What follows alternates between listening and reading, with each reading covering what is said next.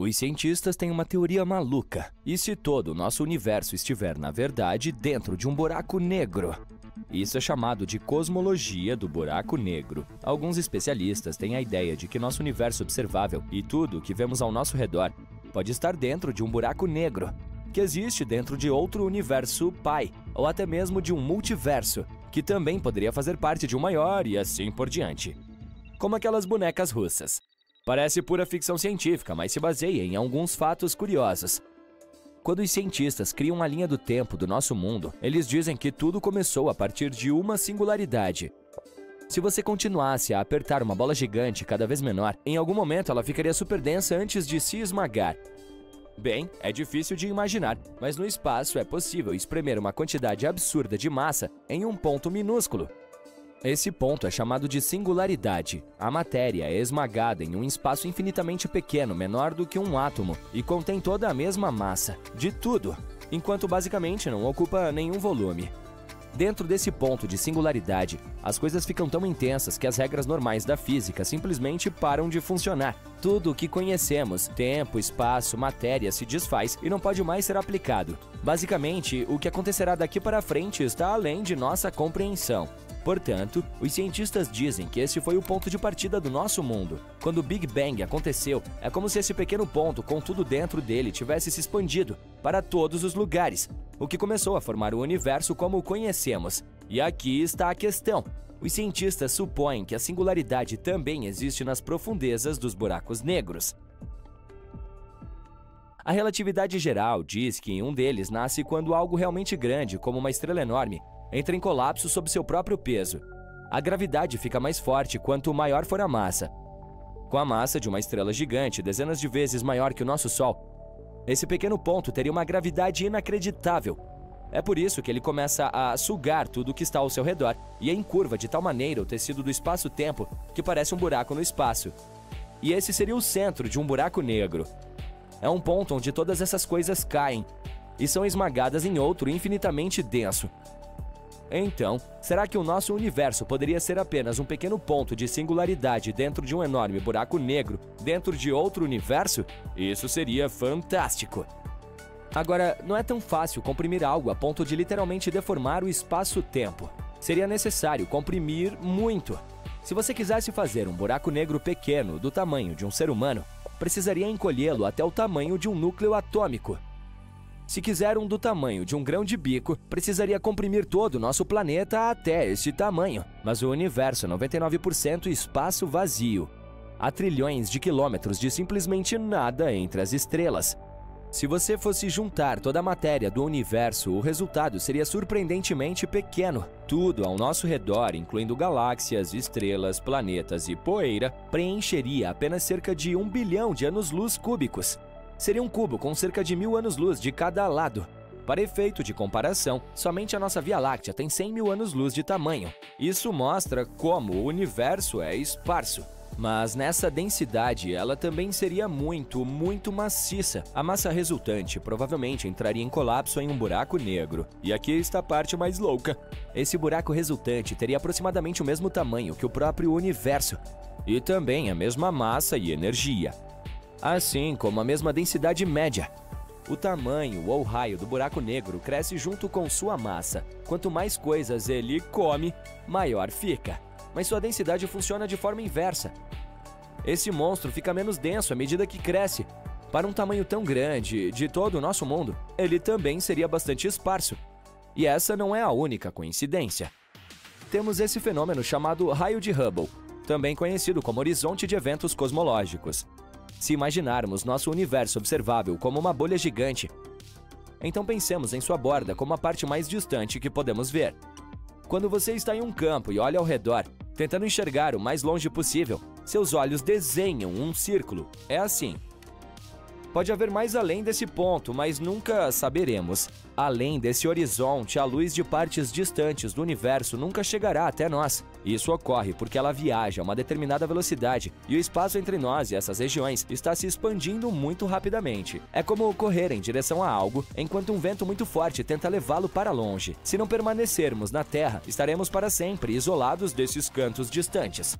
Os buracos negros têm algo assustadoramente semelhante, chamado de horizonte de eventos ou raio de Schwarzschild. Esse é o ponto de não retorno. É essa linha imaginária que geralmente é retratada como um contorno de luz ao redor dos buracos negros. Qualquer coisa que atravesse um horizonte de eventos caindo dentro dele é perdida para sempre. Nenhuma luz, nenhuma matéria, nenhuma informação pode escapar de lá. A gravidade dos buracos negros é muito forte, portanto, eles são aspiradores de pó espaciais perfeitos. E como mencionamos anteriormente, se criarmos um do tamanho do universo, ele terá a mesma massa e o mesmo raio do horizonte de eventos.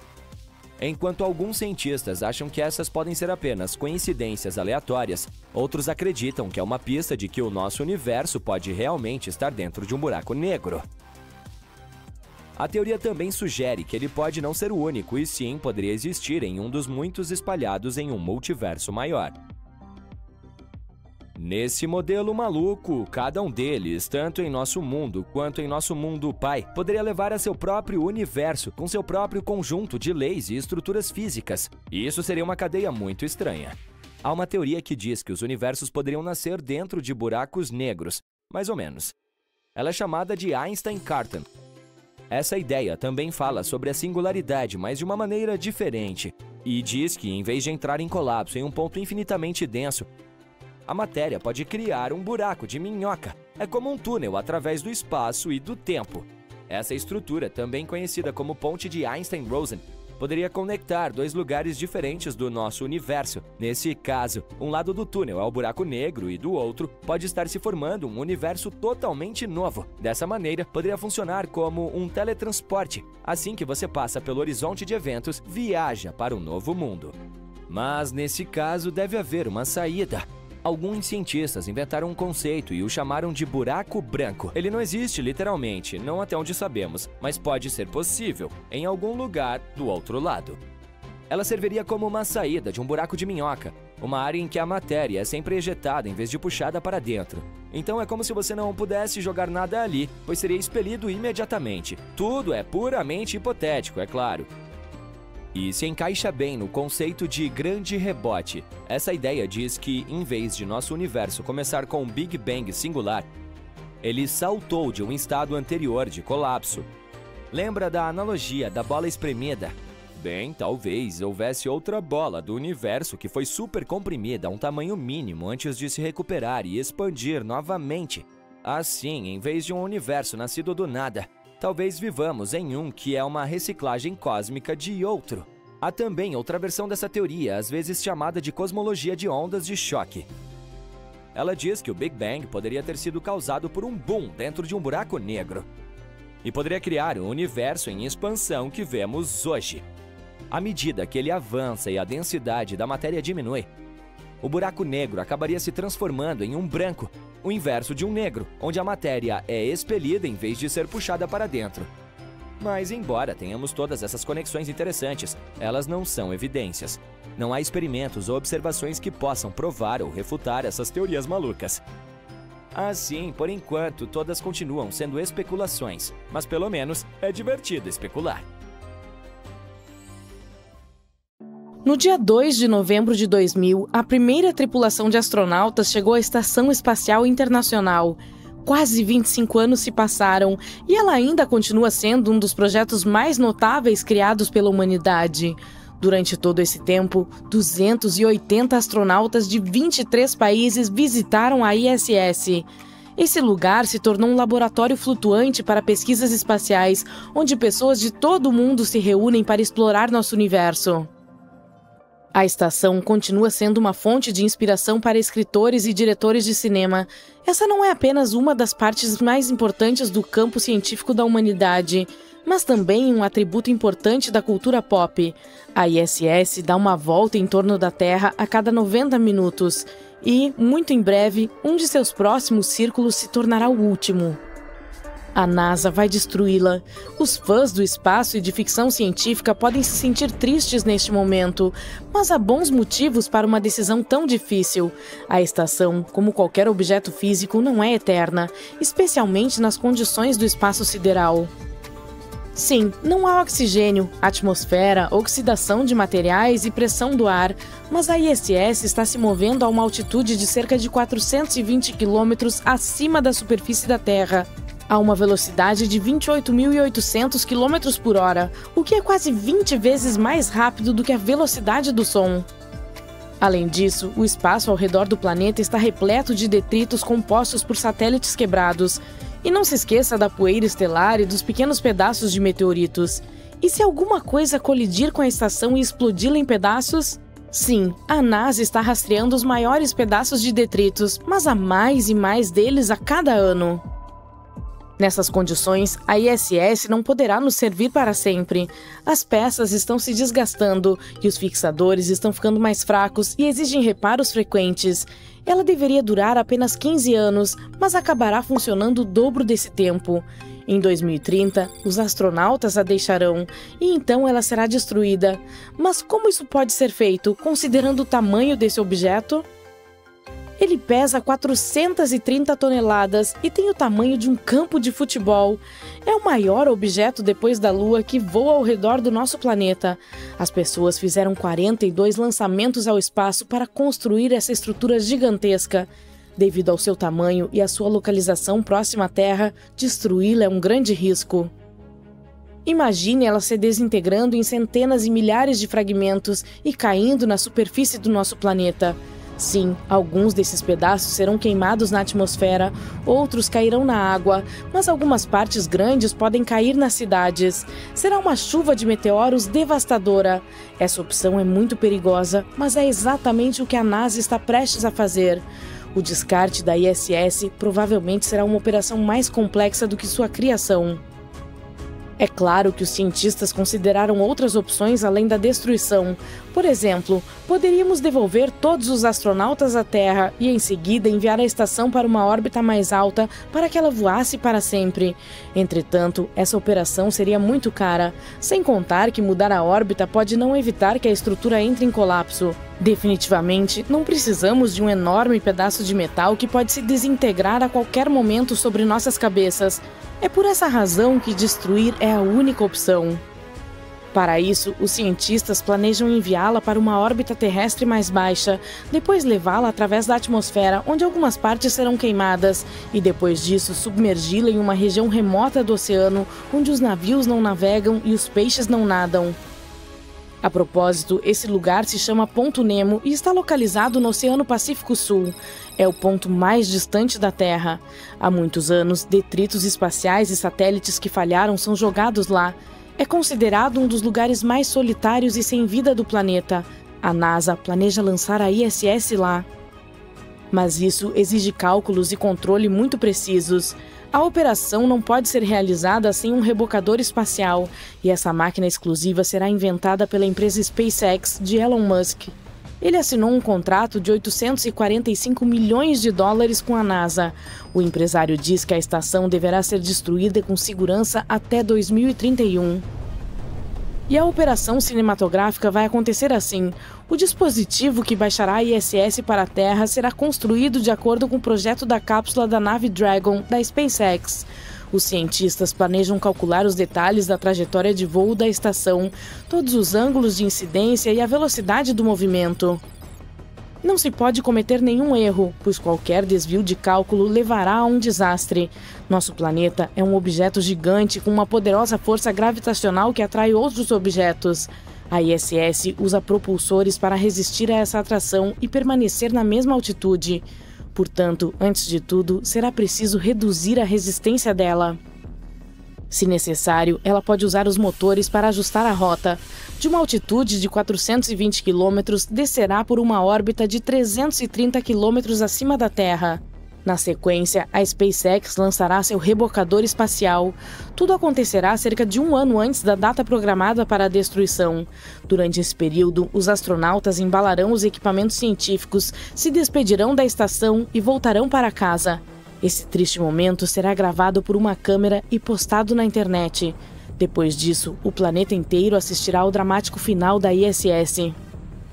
O rebocador espacial se acoplará a ela e a transportará para o ponto mais baixo da órbita, aproximadamente 145 quilômetros acima da superfície.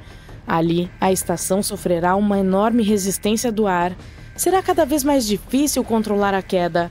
O rebocador deve ser equipado com potentes motores de foguete para corrigir o voo. Os cientistas controlarão o ônibus espacial, calculando a trajetória da queda. Em seguida, o dispositivo da SpaceX começará a empurrar a ISS para baixo. O objeto espacial gigante passará pelas camadas mais espessas e perigosas da atmosfera, que irá incendiar a estação, já caindo aos pedaços nesse momento.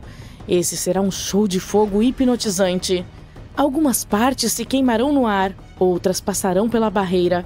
Em alta velocidade, os detritos incandescentes se chocarão com a superfície do Oceano Pacífico. Milhões de pessoas assistirão ao último voo da lenda espacial nas telas de seus aparelhos de TVs. A água estará se aproximando e BUM! Pedaços de estação se chocarão contra ela com um barulho ensurdecedor. Muitos fragmentos menores cairão nas proximidades. A ISS inteira esfriará rapidamente e afundará no fundo do oceano. Missão concluída. Mas a história ainda não terminou. O ponto Nemo fica a 4.345 quilômetros de distância do pedaço de terra mais próximo em qualquer direção. Mas a melhor maneira de chegar até lá é a partir da Ilha de Páscoa, no Chile. E se pessoas ricas de todo o mundo voassem para o Chile e depois viajassem para o ponto Nemo? Imagine só, percorrer milhares de quilômetros apenas para chegar ao local do acidente da ISS. As pessoas descerão em batiscafos até o fundo do oceano para retirar os destroços da estação e poderão começar a vendê-los ou mantê-los em casa como parte de uma coleção. Talvez a NASA recupere alguns módulos para colocá-los em um museu. Mas o que vai acontecer quando os cientistas finalmente se livrarem da ISS? O laboratório espacial é usado para pesquisas no espaço sideral. Após sua destruição, as pesquisas continuarão, mas em uma escala maior. A humanidade precisa explorar Marte, lembra? Para uma missão tão importante, é necessário preparar os astronautas em condições próximas às do planeta vermelho. A Lua é o lugar perfeito. A NASA está conduzindo a missão Artemis. Iremos explorar a superfície lunar e de lá faremos uma longa jornada até Marte. No final de 2022, a Agência Espacial Americana lançou uma sonda que voou para além da Lua. O próximo voo terá pessoas a bordo. O terceiro será o primeiro passeio humano na Lua desde 1972. Gradualmente, passo a passo, o plano é pousar vários astronautas e módulos de estações espaciais na superfície da Lua. Eles construirão grandes bases de pesquisa onde irão se preparar para o primeiro voo humano a Marte. A propósito, você concordaria em fazer uma viagem perigosa ao planeta vermelho? Escreva sua resposta nos comentários. Em 23 de julho de 2024, a espaçonave Solar Orbiter da Europa observou uma erupção solar superpoderosa vindo do outro lado do Sol. Essa chama não foi a mais extrema já registrada, mas ainda assim, tivemos muita sorte de não sermos fritados por ela. Explosões solares do gênero geralmente causam tempestades de radiação furiosas e de longa duração, e se essa tempestade se deslocar na direção da Terra, pode levar a apagões em todo o mundo. Antes de nos aprofundarmos nos detalhes dessa explosão solar potencialmente desastrosa, precisamos descobrir o que é exatamente esse fenômeno solar. As explosões solares ocorrem porque os campos magnéticos na atmosfera da nossa estrela estão se movendo sem parar, quando o Sol está se aproximando de seu máximo solar, e esse é o período mais ativo de seu ciclo de 11 anos, que, a propósito, é exatamente o que está acontecendo agora. Seus campos magnéticos ficam cada vez mais emaranhados, fazendo com que nossa estrela se pareça com uma enorme bola de elásticos emaranhados. Eles dão voltas, cruzam uns com os outros, cortam uns aos outros e depois se reconectam. Você já viu limalhas de ferro polvilhadas em um ímã em forma de barra? Essas limalhas se alinham ao longo das linhas de força magnética. Da mesma forma, o plasma quente na superfície solar está à mercê das linhas de força magnéticas. Às vezes, quando os campos magnéticos interagem entre si, parte do plasma se desconecta dos campos e suas partículas aceleram a velocidades imensas, enviando uma radiação poderosa para o espaço. É isso que é uma erupção solar. Outras vezes, nossa estrela lança grandes quantidades de matéria. Esses eventos são ejeções de massa coronal, também conhecidas como EMCs. Apenas uma EMC pode conter até 20 bilhões de toneladas de material. Se esse material fosse rocha, criaria uma montanha com cerca de 4,4 quilômetros de diâmetro e quase 800 metros de altura. O material ejetado geralmente viaja a uma velocidade de mais de 1,6 milhão de quilômetros por hora. As erupções solares e as CMEs são as explosões mais poderosas do sistema solar, liberando quantidades inimagináveis de energia. As erupções solares têm sua própria classificação de acordo com sua força. As menores e mais fracas são as de classe A e B. Depois, há as explosões solares de classe C e M. E as mais fortes são as explosões de classe X.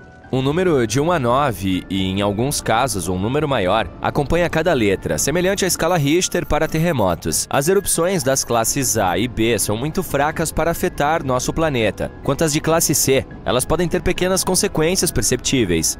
As erupções de classe M podem causar curtos apagões de rádio nos polos e tempestades de radiação fracas, que ainda podem prejudicar os astronautas. Mas as mais perigosas de todas são as chamadas de classe X. Há erupções mais de 10 vezes mais potentes do que a X1. É por isso que a classificação das erupções de classe X pode ser maior do que 9. Agora, vamos voltar àquela recente erupção solar. Ela foi de classe X14. Já sabemos que isso significa que foi uma erupção extra forte. Outras grandes erupções que os astrônomos detectaram recentemente incluem uma erupção solar X12, que ocorreu no dia 20 de maio, e uma X10, que ocorreu no dia 17 de julho. Todas elas vieram da parte de trás do Sol. Se falarmos do lado terrestre da nossa estrela, a maior erupção solar registrada até agora nesse ciclo solar aconteceu no dia 14 de maio. Foi uma erupção de X8,7, que levou a apagões de rádio, e uma forte tempestade geomagnética, que levou a magníficas auroras em todo o mundo, ocorreu alguns dias antes. Poderosas ejeções de massa coronal acompanharam essa tempestade. Quanto ao clarão de classe X de julho, ele foi tão poderoso que poderia ter acarretado um fim trágico para nós. Felizmente, toda aquela explosão de plasma magneticamente carregado que acompanhou a erupção não veio em nossa direção. Se isso tivesse acontecido, teria sido uma tempestade solar e tanto. As auroras teriam sido incrivelmente impressionantes e um pouco aterrorizantes em sua magnificência. Mas, ao mesmo tempo, uma explosão tão dinâmica de partículas energéticas lançadas em nossa direção poderia ter causado grandes problemas tecnológicos e apagões elétricos, como o evento de 1989, que prejudicou gravemente a rede elétrica de Quebec, ou uma catástrofe muito anterior que ainda assim conseguiu causar muitos danos ao mundo. Estou falando do evento Carrington, que ocorreu em 1859 e foi a primeira explosão solar documentada que afetou o nosso planeta. Aconteceu no dia 1º de setembro e recebeu seu nome em homenagem a Richard Carrington, o astrônomo solar que testemunhou a erupção por meio de seu próprio telescópio e desenhou as manchas solares da nossa estrela. De acordo com os cientistas, essa erupção foi a tempestade solar mais poderosa documentada nos últimos 500 anos. O evento Carrington provocou auroras que eram visíveis até o sul do Caribe. O evento causou graves interrupções nos serviços de telégrafo em todo o mundo, chegando a dar choques em alguns operadores de telégrafo e provocando incêndios depois que as descargas das linhas inflamaram o papel telegráfico.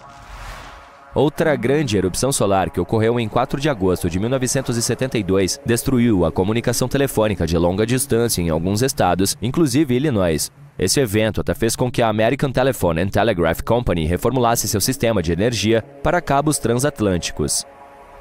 Agora, vamos para março de 1989, quando duas EMCs superpoderosas desencadearam uma tempestade geomagnética que, por sua vez, provocou um apagão de energia no Canadá no dia 13 de março daquele ano. Esse blackout deixou cerca de 6 milhões de pessoas sem eletricidade por 9 horas. Disse que a erupção interrompeu a transmissão de energia elétrica da estação de geração Hydro-Quebec e derreteu alguns transformadores de energia em Nova Jersey. Ainda assim, essa erupção solar não chegou nem perto da potência do evento Carrington. A tempestade solar do Dia da Bastilha recebeu o nome do feriado nacional francês porque ocorreu no mesmo dia, 14 de julho do ano 2000. Foi um evento de classe X5 que causou curto-circuito em alguns satélites e resultou em apagões de rádio. Ainda é um dos eventos de tempestade solar mais observados.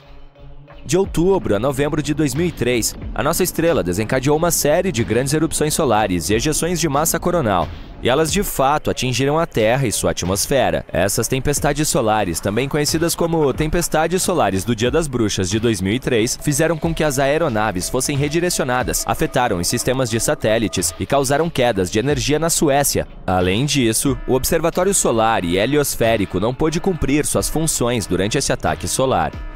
No dia 28 de outubro de 2003, o Sol enviou uma grande explosão solar em nossa direção. O fogo foi tão poderoso que sobrecarregou o sensor da espaçonave que o estava medindo. O sensor atingiu o máximo em um impressionante X28. Mais tarde, porém, os cientistas descobriram que a chama havia atingido um pico de força de cerca de X45. Outro fator que tornou as tempestades do Dia das Bruxas tão assustadoras foi o fato de terem ocorrido em um período do ciclo solar em que a atividade solar costuma ser tranquila, ou seja, de 2 a 3 anos após o máximo solar. De acordo com as estatísticas da NASA, apenas 17 poderosas erupções irromperam da nossa estrela durante esse período. O Sol lançou outra erupção solar de classe X no dia 5 de dezembro de 2006. Foi uma erupção de classe X9 que interrompeu as comunicações entre satélites e a Terra e os sinais de navegação GPS por cerca de 10 minutos. Essa tempestade solar foi tão poderosa que até danificou o instrumento de imagem solar de raios-x do satélite GOES-13. Ele sofreu danos em vários pixels de seu detector. Em fevereiro de 2022, a SpaceX experimentou o poder aterrorizante da nossa estrela quando uma tempestade geomagnética devastadora destruiu 38 satélites da Starlink no valor de dezenas de milhões de dólares. Isso aconteceu pouco depois de eles terem sido implantados. Infelizmente, os satélites da Starlink são especialmente vulneráveis a tempestades geomagnéticas, pois são lançados em órbitas de altitude extremamente baixa, entre 96 e 193 quilômetros. Eles também dependem de seus motores de bordo para superar a força de arrasto e se elevar até a altitude final de cerca de 563 km sobre a superfície do planeta. O fato é que, durante uma tempestade geomagnética, a atmosfera da Terra absorve a energia da tempestade, aquece e se estende para cima. Isso resulta em uma termosfera mais densa, o que significa mais arrasto. Isso pode ser um problema sério para os satélites. Foi exatamente isso que aconteceu. O lote de satélites recém-lançados da Starlink não conseguiu superar o aumento do arrasto e eles começaram a cair para trás, acabando por se queimar na atmosfera. Muito recentemente, os astrônomos descobriram 3 possíveis planetas superterras orbitando uma estrela anã alaranjada um tanto próxima.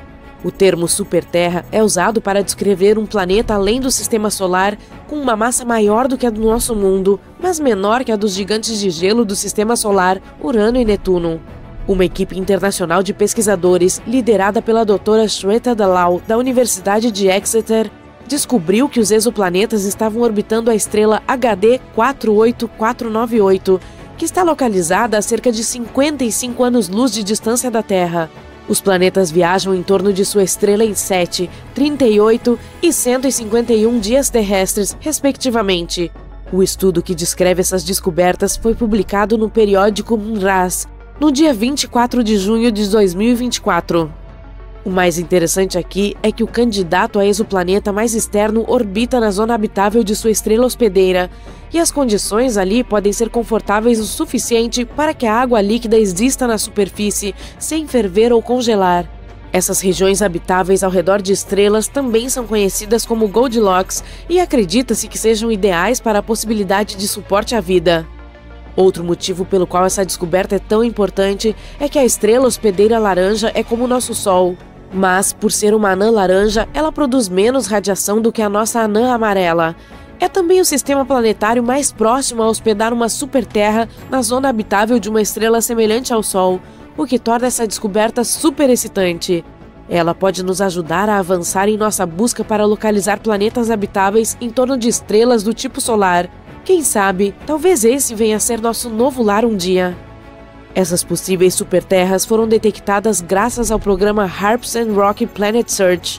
Ao longo de uma década, a equipe que participou dessa pesquisa coletou quase 190 medições de alta precisão usando equipamentos especiais. Ao analisar o espectro da luz proveniente de uma estrela, os astrônomos podem descobrir se ela está se movendo em nossa direção. Isso é conhecido como desvio para o azul, ou, se está se afastando de nós, o desvio para o vermelho. E ainda assim, para garantir que suas descobertas estivessem corretas, a equipe usou vários métodos diferentes e análises comparativas. Tudo confirmou as conclusões. Há, de fato, 3 candidatos a planetas, com massas mínimas que variam de 5 a 11 vezes a do nosso. A equipe também acredita que a proximidade da estrela, juntamente com a órbita favorável do planeta mais externo, pode tornar esse sistema um ótimo alvo para estudos futuros. Espera-se que novas pesquisas abram novas portas para a nossa compreensão dos sistemas planetários e do potencial de vida fora do nosso sistema solar. Os cientistas já descobriram mais de 5.000 exoplanetas, que são planetas fora do sistema solar, desde que o primeiro deles foi confirmado orbitando uma estrela semelhante ao Sol em 1959. Para encontrar esses carinhas distantes, os astrônomos usam diferentes equipamentos, como o telescópio espacial Kepler da NASA, lançado em 2009, cuja missão era descobrir o maior número possível de planetas semelhantes à Terra que habitam a galáxia Via Láctea. Mas ele não é o único instrumento usado para essa busca. De qualquer forma, vamos dar uma olhada no mais empolgante e promissor desses mundos. O Gliese 667 CC está a apenas 22 anos-luz da Terra. Mas, embora pareça perto, ainda está a cerca de 206 trilhões de quilômetros de nós.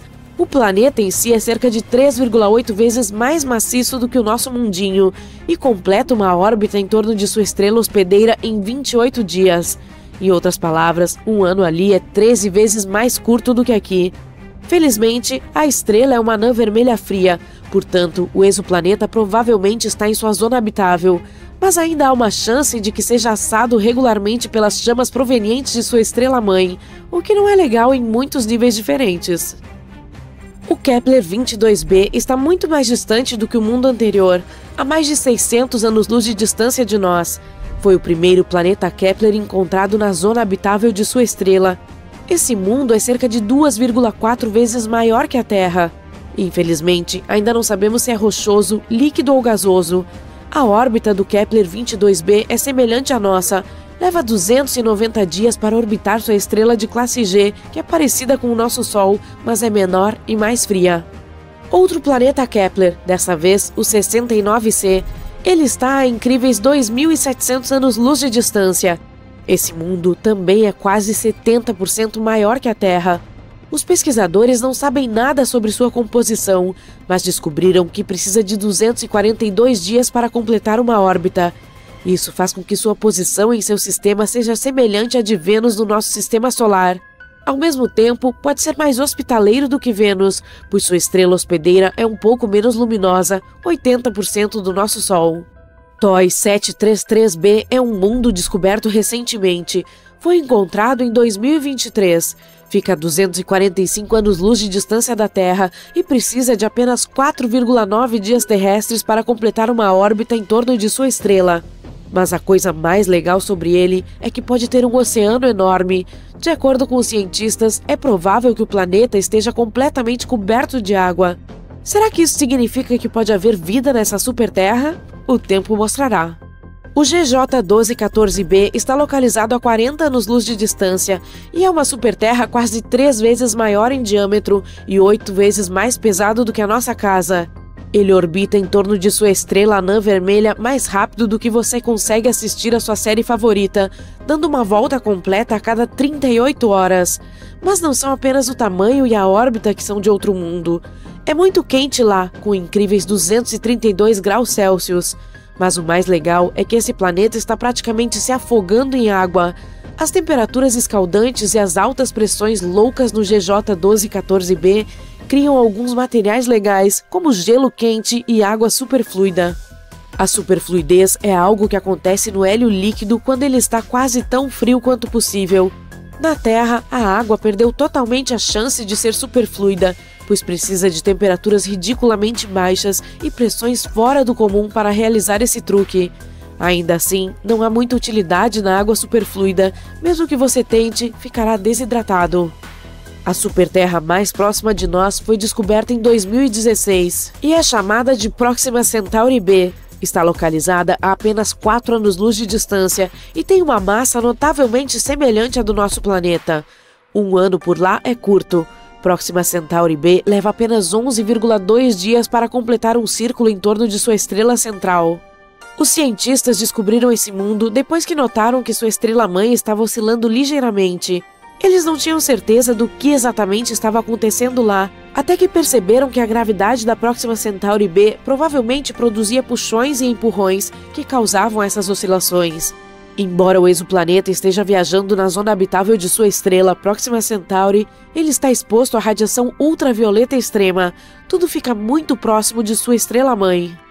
Além disso, nenhum dos telescópios que estão atualmente trabalhando e explorando exoplanetas está posicionado bem o suficiente para captar a luz da atmosfera dessa superterra.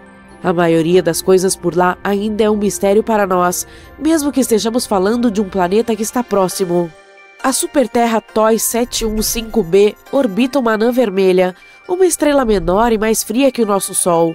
No momento, essas estrelas continuam sendo as principais candidatas para encontrar planetas habitáveis em sua órbita. Esses mundos rochosos em miniatura têm órbitas muito mais próximas do que aquelas que giram em torno de estrelas como o nosso Sol. Mas como as anãs vermelhas são pequenas e frias, os planetas não correm nenhum risco ao se aglomerarem mais perto. Ainda estão seguros dentro da zona habitável da estrela. Os especialistas dizem que o TOI 715b pode ter tido uma atmosfera mais espessa do que a de Netuno e agora pode estar em um estado de transição em que está perdendo sua atmosfera. Para confirmar essa suspeita, os cientistas precisam fazer mais pesquisas e finalmente poderão descobrir se ele é um planeta aquoso e terrestre. Embora alguns eventos astronômicos sejam bastante comuns, há aqueles que ocorrem apenas uma vez por ano ou uma vez a cada 100 anos. Vamos dar uma olhada nos eventos mais legais e mais raros que poderemos ver com nossos próprios olhos. O primeiro evento celestial incrível da nossa lista é a chuva de meteoros Perseidas, que ocorrerá de 17 de julho a 24 de agosto de 2024. Esse evento será um dos mais vibrantes do ano. Em seu pico, entre os dias 12 e 13 de agosto, você poderá ver até 100 meteoros por hora, se estiver em um local escuro, é claro. Essa chuva de meteoros é causada por detritos do cometa Swift-Tuttle. À medida que os meteoros atravessam a atmosfera da Terra, geralmente deixam para trás longas ondas de luz e cor. O momento perfeito para assistir a esse espetáculo cósmico é antes do amanhecer. No dia 2 de outubro de 2024, poderemos assistir a um eclipse solar do tipo Anel de Fogo. Seu nome científico é eclipse anular e ocorre quando a Lua está um pouco mais distante do nosso planeta. Nesse caso, quando os discos da Lua e do Sol se alinham, a sombra lunar não bloqueia completamente a luz do Sol. Como resultado, é possível ver um anel de luz solar ao redor da Lua. Desta vez, o Anel de Fogo será visível no sul do Chile e no sul da Argentina. Portanto, reserve seus voos com antecedência. Outro evento interessante que ocorrerá no mês de outubro deste ano, entre os dias 6 e 10, é a chuva de meteoros draconídeos. Durante esse evento é mais provável que os meteoros voem durante a noite do que no início da manhã. Normalmente essa é uma chuva lenta, produzindo apenas alguns meteoros por hora. Por outro lado, os astrônomos falam de uma Draco rara e ardente, que é conhecida por enviar centenas de meteoros pelo céu em uma única hora. Será que vamos ter sorte esse ano? O tempo dirá. A partir do dia 12 de outubro e durante a semana seguinte, você terá a chance de ver um cometa passando pelo nosso planeta. Embora esse grande cometa de nome quase impronunciável, Tsuchinshan Atlas, esteja a cerca de 70 milhões de quilômetros de distância da Terra em seu ponto mais próximo, ele poderá ser observado a olho nu. Os cometas têm a reputação de serem bastante imprevisíveis. Acredita-se que a maioria desses corpos espaciais empoeirados e gelados tenha se originado nos arredores do Sistema Solar há milhões de anos. E lá, eles passaram a maior parte do tempo no escuro, inertes e despercebidos, como eu no ensino médio. Agora, alguns deles se aproximam do Sol, e muitos especialistas já preveem um fantástico espetáculo celestial em outubro. Se você perder as chuvas de meteoros sobre as quais falamos, poderá remediar. As chuvas de meteoros orionídeas acontecerão de 26 de setembro a 22 de novembro de 2024. Às vezes, esse evento pode produzir de 40 a 70 meteoros por hora, mas recentemente o número máximo foi menor, de 20 a 30 meteoros visíveis. E o evento final deste ano será a chuva de meteoros geminídeas, de 4 a 17 de dezembro de 2024. E, deixe-me dizer, esse evento será de tirar o fôlego. Os astrônomos afirmam que essa chuva de meteoros é uma das melhores do ano por causa dos meteoros brilhantes e visíveis.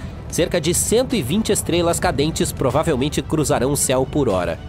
É interessante notar que, enquanto a maioria das chuvas de meteoros vem de cometas compostos de poeira e gelo, as geminídeas se originam de um asteroide rochoso, o 3200 Phaethon. Os cientistas ainda não sabem como classificar esse asteroide, pois ele tem uma cauda e fica mais brilhante à medida que se aproxima do Sol, exatamente como um cometa. Por outro lado, recentemente os astrônomos descobriram que a cauda do asteroide não é feita de poeira, mas de gás de sódio. Agora vamos viajar ainda mais para o futuro. Em 2029, testemunharemos o eclipse lunar mais escuro do século. Um eclipse lunar ocorre quando nosso satélite natural se esconde completamente na sombra da Terra. Às vezes, quando isso acontece, a Lua pode parecer vermelha brilhante. Normalmente, quanto mais próxima a Lua estiver do centro da sombra do nosso planeta, mais escuro será o eclipse. E de acordo com especialistas, o eclipse de 26 de junho de 2029 será extremamente escuro. Ele durará cerca de 1 hora e 42 minutos e será mais visível na América do Sul, portanto, não se esqueça de reservar suas passagens. Uma superlua, que também é a segunda lua cheia a ocorrer em um mês, é conhecida como superlua azul. Essas superluas não seguem um cronograma regular e ocorrem a cada 10 anos aproximadamente. De acordo com a NASA, as próximas superluas azuis ocorrerão em janeiro e março de 2037. 3 anos depois, em 2040, testemunharemos o desfile dos planetas, quando 5 planetas do Sistema Solar, Mercúrio, Vênus, Marte, Júpiter e Saturno, se alinharão. É claro que não será uma linha perfeitamente reta, mas ainda assim será uma visão impressionante. Alguns planetas, como Vênus e Júpiter, podem ser observados com clareza mesmo em grandes cidades e a olho nu, mas durante o desfile dos planetas, você poderá ver mais. Portanto, talvez seja a hora de estocar telescópios. A superlua mais brilhante do século XXI ocorrerá em 2052. O fato é que a órbita do nosso satélite natural não é perfeitamente redonda. A Lua segue um caminho elíptico enquanto viaja ao redor da Terra. É por isso que há 2 pontos, o mais próximo da Terra, chamado de perigeu, e o mais distante, conhecido como apogeu.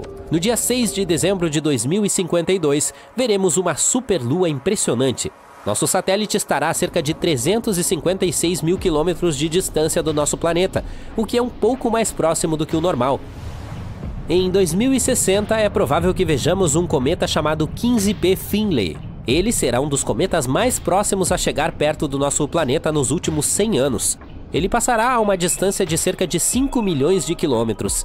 E o fato é o seguinte: toda vez que um cometa se aproxima do Sol, ele se aquece e começa a emitir gases e poeira, parecendo uma pequena estrela.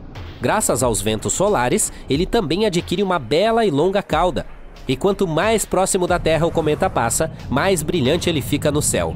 Portanto, prepare-se para um espetáculo de tirar o fôlego. Em 2084, algo conhecido como Eclipse da Terra ocorrerá, tornando-se um dos eventos mais emocionantes do século XXI. Infelizmente não poderemos ver esse espetáculo celestial da Terra, é óbvio, mas talvez possamos admirá-lo de Marte. Durante esse evento, a Lua e a Terra passarão pelo Sol parecendo silhuetas escuras. Esse evento é conhecido como trânsito planetário, algo como um eclipse solar, mas com outros planetas em vez da Lua. Em 2100, para aqueles de nós que ainda estiverem aqui, a estrela polar estará mais próxima do Polo Celeste Norte. Os marinheiros têm usado essa famosa estrela há séculos para descobrir onde fica o norte. Mas o mais engraçado disso tudo é que essa estrela não está perfeitamente alinhada com o norte. O motivo é que a Terra não tem um eixo fixo. Ela gira no espaço como um peão gigante em um processo chamado precessão orbital. É por isso que a estrela polar não permanece no mesmo lugar no céu. Ela se move lentamente, mas de forma constante. Mas no dia 24 de março de 2100, a estrela polar finalmente aparecerá sobre o norte verdadeiro do nosso planeta. E depois disso ela começará a se afastar novamente, para retornar 26 mil anos depois. Portanto, como você pode ver, será um evento realmente raro. Além disso, será como um presente de despedida da estrela polar. Como o eixo da Terra está em constante movimento, em cerca de 2.000 anos, a estrela polar será substituída por outra, Gamma Cepheus. Portanto, a aproximação em 2100 será a mais próxima do nosso planeta em um período muito longo. Espero que você tenha tomado nota sobre os eventos astronômicos mais interessantes dos próximos 100 anos. O mais legal é que, para testemunhar a maioria deles, você nem precisa comprar um telescópio, pois serão visíveis a olho nu. Olha aquilo! Existe um mega sol gigante no centro da nossa Via Láctea? Na verdade, os cientistas pensaram que sim por um tempo, pois esse é o lugar mais brilhante da galáxia. Ele tem milhões de estrelas agrupadas em uma pequena área que é chamada de bojo galáctico. Ali, há milhões de estrelas a mais por ano-luz do que qualquer outra parte da galáxia e pode ser 10 milhões de vezes mais denso do que a nossa parte da vizinhança. Em alguns casos, as estrelas nessa região estão separadas por apenas 5 dias-luz. É como se houvesse outra delas em nosso sistema solar um pouco mais distante do que Plutão em uma escala espacial. Mas por que esse lugar é tão denso? Quando as galáxias se formam, uma grande quantidade de gás e poeira se junta sob a força da gravidade. Esse material se acumula e acaba formando estrelas. A gravidade e o momento angular se equilibram e a galáxia começa a se parecer com um disco plano, com um núcleo denso bastante brilhante e protuberante. As estrelas vivem suas vidas confortáveis e, quando chegam ao fim, entram em colapso sob seu próprio peso. E então, forma-se o buraco negro. Os buracos negros adoram comer tudo ao seu redor, e quanto mais comem, maiores ficam. E que lugar é mais perfeito para um bom jantar do que o centro da galáxia, onde todas as coisas do espaço estão reunidas? Assim, ele começa a se alimentar do gás e da poeira ao redor, formando um disco de acreção. À medida que esse material entra em uma espiral em direção ao buraco negro, este se aquece e emite muita energia, o que torna o centro da galáxia ainda mais brilhante. É por isso que é possível encontrar buracos negros supermassivos e bojos galácticos nos centros de todas as galáxias. O que fica no centro da galáxia se parece um pouco com uma elipse. Esse é um bojo clássico.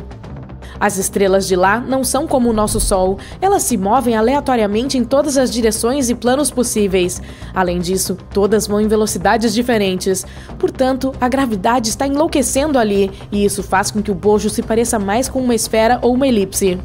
Como foram as primeiras áreas a se formar, elas têm algumas das estrelas mais antigas de nossa galáxia, mas também há alguns locais de origem delas e muitas mais jovens e maciças com menos de 100 milhões de anos. À medida que nos afastamos do centro, as coisas ficam um pouco mais calmas. As estrelas começam a girar uniformemente e se tornam estáveis. Nesse momento, a Terra está em um dos braços espirais da Via Láctea chamado Braço de Órion, bem distante do bojo galáctico. Em nossa parte da vizinhança, as estrelas geralmente estão a cerca de 4 ou 5 anos-luz de distância.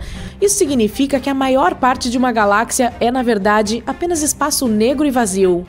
Nosso buraco negro é chamado de Sagitários A. É um monstro com cerca de 4 milhões de vezes a massa do nosso Sol e cerca de 51 milhões de quilômetros de tamanho, quase a mesma distância entre Mercúrio e o Sol. Mas não se preocupe, ele não está atraindo a Via Láctea para dentro e não vai nos devorar. Esses buracos negros são, na verdade, muito pequenos em comparação com toda a galáxia, portanto só podem comer o que estiver por perto. No momento, muitas estrelas orbitam Sagitários A. E embora emitam uma enorme quantidade de energia, não podemos ver sua luz da Terra sem muito esforço científico. Mas por que não vemos o centro em si? O bojo galáctico é tão brilhante que, embora esteja a 26 mil anos-luz de distância, deveríamos vê-lo brilhando intensamente em nosso céu, mas não conseguimos. Na verdade, tudo isso se deve à poeira espacial. Há muita dela entre nós e o núcleo, o que absorve a maior parte da luz visível. Só podemos observar o núcleo galáctico usando outros tipos de luz, como o infravermelho próximo, raios gama e assim por diante. A NASA tem imagens do núcleo em diferentes tipos de luz e elas mostram como o centro é assustadoramente brilhante sem a poeira bloqueando nossa visão. Mas nem todas as regiões brilhantes são bloqueadas por gás e poeira. Por exemplo, quando olhamos para aglomerados densos como o Messier 13, as estrelas estão tão próximas umas das outras que parecem apenas uma mancha branca. A maioria dos nossos telescópios não consegue separá-las umas das outras. A galáxia satélite M32, nossa vizinha perto da galáxia de Andrômeda, tem cerca de 84 estrelas por ano-luz. É tão densa que elas não podem ser decifradas nem mesmo pelo telescópio espacial Hubble. Para se ter uma ideia, nosso sistema solar tem 2 anos-luz de comprimento. Veríamos cerca de 168 estrelas do lado de fora de nossa janela se estivéssemos lá. A nossa mais próxima é a Alpha Centauri, que está a cerca de 4 anos-luz de distância do Sol. Se estivesse a apenas alguns dias-luz, brilharia muito mais do que a Lua cheia. Portanto, se de alguma forma conseguíssemos sobreviver em regiões estelares loucamente densas, o céu seria branco o dia todo. Mas é improvável que consigamos chegar lá. À medida que nos aproximamos do centro da Via Láctea, as chances de encontrar vida se tornam muito pequenas. A gravidade das estrelas está enlouquecendo com movimentos caóticos, de modo que quase não há planetas por perto. Nesses planetas milagrosos que resistem, a radiação dos raios cósmicos está disparando. Explosões de supernovas e colisões de estrelas próximas tornaram-se uma ocasião cotidiana, e todo o gás ao redor torna basicamente impossível respirar ou até mesmo enxergar corretamente. Ao mesmo tempo, à medida que nos afastamos, há menos estrelas ao redor. Elementos muito úteis para a vida, como o carbono, o oxigênio e o ferro, são produzidos por elas e, portanto, também diminuem. O excesso de radiação é terrível, mas se ela for muito baixa, significa que não há energia suficiente para suportar reações químicas, como a fotossíntese. É por isso que, se houver vida extraterrestre, ela provavelmente estará em algum lugar no meio de diferentes galáxias. Mas algumas galáxias obtêm seu brilho de um chamado núcleo galáctico ativo. Essas são regiões extremamente energéticas no centro de algumas galáxias e brilham muito mais do que qualquer estrela que se possa imaginar, embora isso aconteça principalmente apenas em determinadas partes do espectro eletromagnético. O brilho não vem das estrelas, mas do disco de acreção em torno de seus buracos negros supermassivos. À medida em que o material cai lentamente em um buraco negro, se reúne em torno dele e cria esse disco plano e giratório de gás, poeira e outros materiais. Como a gravidade e o atrito são insanos, esse disco se aquece e começa a emitir enormes quantidades de energia. Além disso, gira incrivelmente rápido, quase a velocidade da luz. Por isso, as colisões acontecem o tempo todo e são inimaginavelmente poderosas. Elas liberam quantidades ainda maiores de energia. A maioria das galáxias não tem um núcleo ativo. Aquelas que têm, como a M87 na constelação de Virgem, são chamadas de ativas. Há também diferentes tipos de núcleos ativos, como as galáxias Seyfert, as radiogaláxias e, finalmente, os vencedores de nossa competição de brilho espacial, os quasares. Imagine coisas tão brilhantes que podem ofuscar toda a galáxia a que pertencem. Os quasares são um tipo específico de núcleo galáctico ativo, a forma mais extrema e luminosa. Eles pertencem aos buracos negros supermassivos, os maiores do nosso universo. E são como uma combinação de várias coisas. Em primeiro lugar, são os discos de acreção mais brilhantes do nosso mundo, devido ao fato de seus buracos negros gigantescos comerem tudo ao redor. Mas eles têm algumas características interessantes. Por exemplo, jatos poderosos de partículas que saem dos polos do buraco negro quase à velocidade da luz. Esses jatos aumentam o brilho do quasar, embora só possam ser vistos em comprimentos de onda de rádio. A energia que emitem é tão intensa que podem ser vistos a bilhões de anos-luz de distância. No entanto, o quasar mais próximo de nós está a 600 milhões de anos-luz de distância, portanto, não podemos vê-los com telescópios de quintal.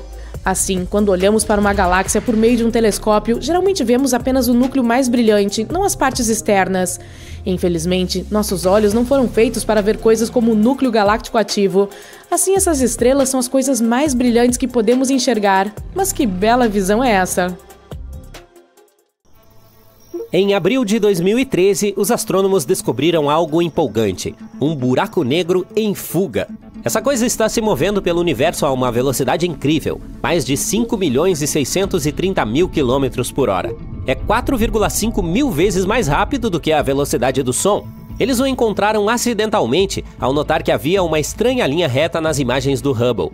Depois de investigar um pouco, perceberam que havia um buraco negro em movimento.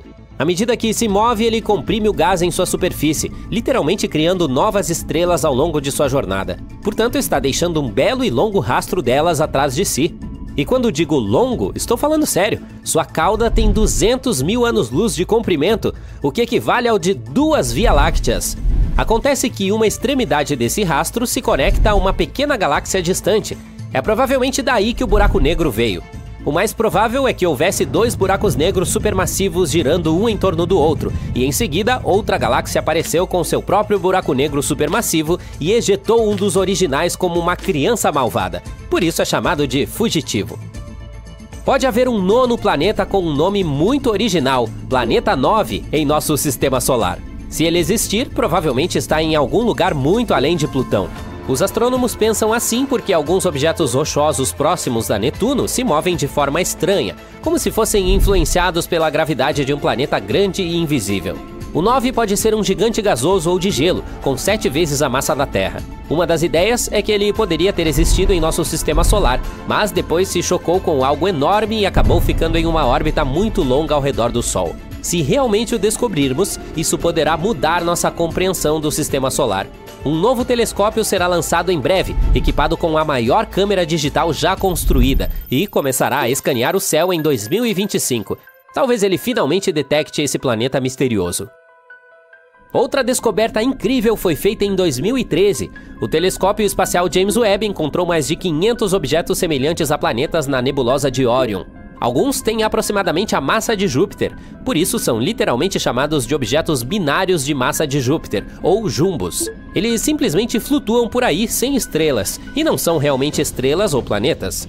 O que é ainda mais louco é que em cerca de 42 pares deles, os objetos estão orbitando um ao outro, embora os planetas não devam fazer isso. Além disso, objetos tão grandes não deveriam se formar e existir sem uma estrela. Então, agora os astrônomos estão tentando explicar o fato. Talvez os jumbos tenham se formado em locais onde havia material suficiente para grandes objetos semelhantes a planetas, mas não o suficiente para estrelas? Ou quem sabe todos tenham sido ejetados de seus sistemas estelares por algum motivo? Vai saber. Mas agora precisamos definitivamente estudá-los. O buraco negro no centro da nossa galáxia, o Sagitário A, costumava ser muito estranho. Felizmente não fugiu como aquele outro, mas era completamente louco no passado. Os astrônomos encontraram duas estruturas supermassivas chamadas de bolhas Fermi e bolhas Erisita. Eles abrangem cerca de metade da largura de toda a nossa galáxia e estão se elevando sobre a Via Láctea há mais de 2 milhões de anos. E os cientistas acham que foi o nosso buraco negro que as criou. Parece que, quando estava em seu pico de atividade, ele teve uma erupção energética selvagem que durou cerca de 100 mil anos. Esse evento provavelmente deixou essas bolhas. Em 2013, o telescópio espacial James Webb obteve uma imagem impressionante e super detalhada dos chamados objetos Herbig-Haro. Eles são chamados de Herbig-Haro 46/47. São basicamente estrelas jovens cercadas por belas manchas de nebulosidade. É possível vê-las sendo cercadas por um disco de material que as alimenta à medida que crescem por milhões de anos. Elas estão localizadas a cerca de 1470 anos-luz de distância, mas na verdade não são o nosso principal tópico de discussão. O que é muito mais interessante é essa coisa estranha logo abaixo delas, uma estrutura espacial que parece um ponto de interrogação. E o que é? Ninguém sabe ao certo. Ele tem uma cor vermelho-alaranjada, o que sugere que pode estar super distante da nossa galáxia, talvez até bilhões de anos-luz de distância. Algumas pessoas acreditam que esse estranho ponto de interrogação é provavelmente o resultado da fusão de duas ou mais galáxias. Uma delas era um pouco curva, portanto provavelmente é uma espiral distorcida. A curva pode ser a cauda sendo removida à medida que elas espiralam uma em direção à outra. A outra era mais redonda e menor, como uma galáxia esférica regular. Os jogos gravitacionais nunca deixam de nos surpreender. Os astrônomos começaram a procurar megaestruturas extraterrestres. Eles acreditam que, se houver outra civilização inteligente lá fora, ela poderia ter construído algo incrivelmente grande para alimentar sua tecnologia. Por exemplo, como as esferas de Dyson, estruturas hipotéticas ao redor de estrelas que usam a energia delas como combustível. Os astrônomos analisaram alguns dados históricos de telescópios que detectam sinais infravermelhos e identificaram alguns sinais estranhos que poderiam indicar a presença dessas estruturas. No total, há 7 desses candidatos no momento, todos provenientes de estrelas anãs vermelhas, que são mais vermelhas, menores e menos massivas que o Sol. Outro instituto de pesquisa encontrou 53 candidatos em potencial. Ainda não há certeza do que exatamente causa esses sinais, mas podem não ser esferas de Dyson, e sim alguns detritos enormes. Parece que há algumas estruturas misteriosas no centro da nossa galáxia. Em 2013, o telescópio espacial James Webb tirou uma foto detalhada da região de Sagitário C. Ela fica bem perto do centro da Via Láctea. Essa imagem mostrou uma área densa onde as estrelas estão se formando. Havia muitas jovens e nuvens escuras que bloqueavam a luz de trás delas. Esse é um lugar muito cheio, com cerca de 500 mil estrelas de diferentes idades, tamanhos e cores. É um local muito caótico e extremo. Agora os cientistas o estão usando para estudar a formação delas. Mas o mais estranho é que notaram outra coisa, a grande região de hidrogênio ionizado. Ela parece ciano na imagem. Essa área tem cerca de 25 anos-luz de comprimento, circundando o lado inferior da nuvem densa. E parece que há algumas estruturas semelhantes a agulhas. Elas parecem estar localizadas aleatoriamente e os astrônomos não têm ideia do que sejam. Portanto, agora precisam estudar tudo com mais detalhes. Os astrônomos descobriram uma galáxia super rara e maciça chamada JWST 7329 e absolutamente antiga. Todo o nosso universo tem cerca de 13,8 bilhões de anos, mas as estrelas dela parecem ter se formado há cerca de 13 bilhões de anos, ou seja, apenas 800 milhões de anos depois do Big Bang. Além disso, essa venerável anciã tem 4 vezes mais massa em estrelas do que a nossa Via Láctea tem hoje. Essa estranha descoberta desafia o que sabemos sobre a formação de galáxias e a natureza da matéria escura. Tudo o que sabemos nos diz que elas não deveriam ter se originado tão cedo. Não deveria haver matéria escura suficiente para isso. Mas aqui estamos. Portanto, talvez nossos modelos precisem de uma revisão. Houve um evento astronômico incrível chamado AT 2021 LWX, que também é chamado de Barbie Assustadora. Foi uma explosão de energia incrivelmente brilhante que aconteceu em 13 de abril de 2021. É um dos eventos espaciais mais energéticos já observados. Não havia galáxias ou quasares por perto. Então, o que aconteceu? A princípio, os astrônomos pensaram que o evento havia sido causado por um buraco negro supermassivo que puxava uma estrela enorme. Mas, depois de alguns estudos, acreditam que provavelmente foi porque um buraco negro gigante teve um jantar maluco. Ele provavelmente comeu uma grande quantidade de gás, possivelmente uma nuvem molecular gigante. O buraco negro titânico em questão tem entre 100 milhões e 1 bilhão de vezes a massa do Sol. É um dos mais maciços e ativos conhecidos.